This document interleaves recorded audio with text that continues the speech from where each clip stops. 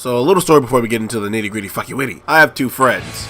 We'll call them Bro and Goku. Bro and Goku are also my co-workers, and one day while Goku was working, Bro comes downstairs into the office. Now, a little fun fact about Bro likes to fuck with us a lot. Despite being the smart guy and normally keeping us out of hell, he likes to have us tiptoe into hell. So Bro tells Goku, let's watch Neo Yokio. A while later, like months later, I mean fucking late to the party much, I hear Bro and Goku talking about Neo Yokio and Toblerones. And now, I'm fucking watching Neo Yokio.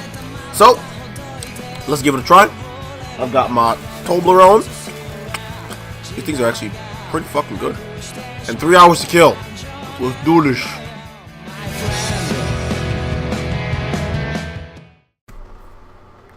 Wasn't that bad. So, I know I'm extremely late when it comes to this show, and several YouTubers have given the show a proper review way before I started with my anime shit. But I still wanted to give my own take on the anime as well as watch it for myself, just so I could see how good and or bad it is. So thank you guys who are watching for understanding. So, where do I begin?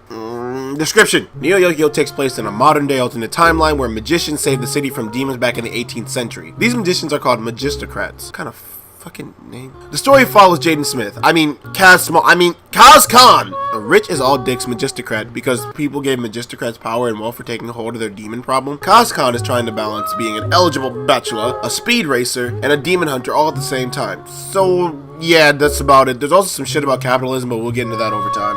Neo Yokio starts off with our boy, Kaz Khan, voiced by Jaden Smith, sitting in the park talking about his ex-girlfriend who left him for a new job, and subsequently someone else. All the while being called left and right by Agatha from the Elite Four back in Gen 1 to slay demons, like Gengar and shit. Agatha tells him about a girl named Helena St. Toros, someone who's been possessed by a demon. I'm gonna stop right there because moving it any further would spoil literally the plot of the first episode, and there's only like 6 episodes. Oh, for fuck's sake. Over the course of the 6 episodes, you start to make connections with Neo Yokio in America, primarily with consumerism in America, and a shit ton of product placement. Like, holy shit, there's a lot of product placement. Like, anytime something is used, or shown, or even remotely, like, picked up in the fucking show, you gotta know who's it by, where you can get it, and how much it is, or some dumb shit like that. Like, yo, I'm a broke bitch watching anime.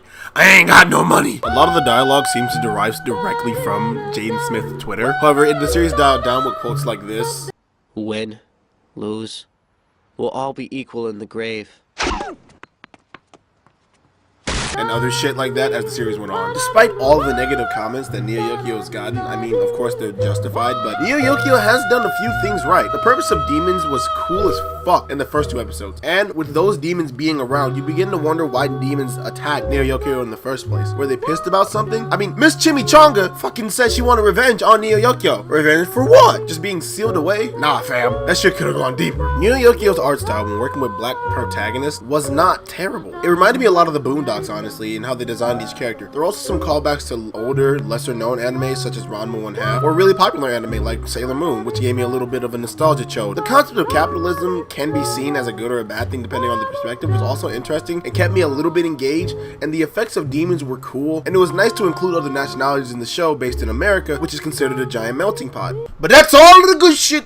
Here's what people want to hear. What's wrong with Neo Yokio? The show's animation. Now you saw I gave it props for creating black characters and making them look decent. Well, it's only when they're standing around. When these characters talk and move along with other characters in the show, they have no emotion. They're fucking dead, man. Like, more dead than my phone is. Like, goddamn, no one has any emotion. All of them are soulless monsters. The person with the most life is Charles, and you'll figure out later on if you actually watch the show. They also had a cool as dick concept. I mean, they just let it fall over and over again.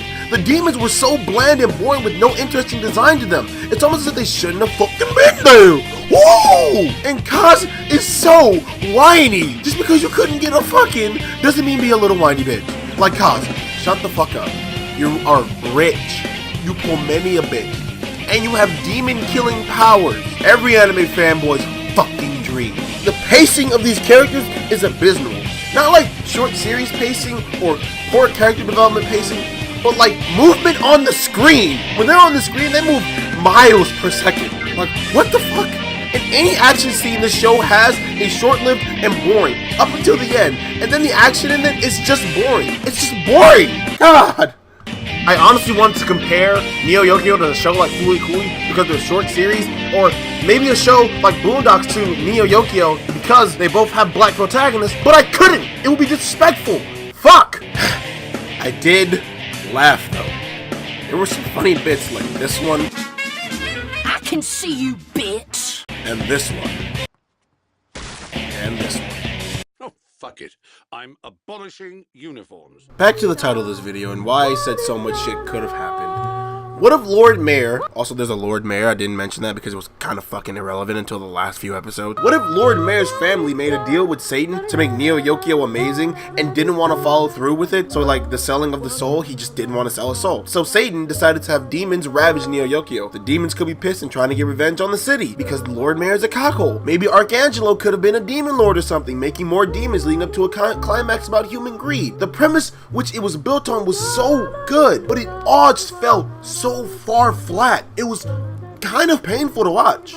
The best thing to compare Neo Yokio to would be Sonic 06. It's bad, but I kind of want to play it again. I kind of want to watch Neo Yokio again. I know it's bad, but I want it. It's really weird, but there are some things in this world that give you that Sonic 06 vibe that make you want to go through it again, despite it being fucking terrible.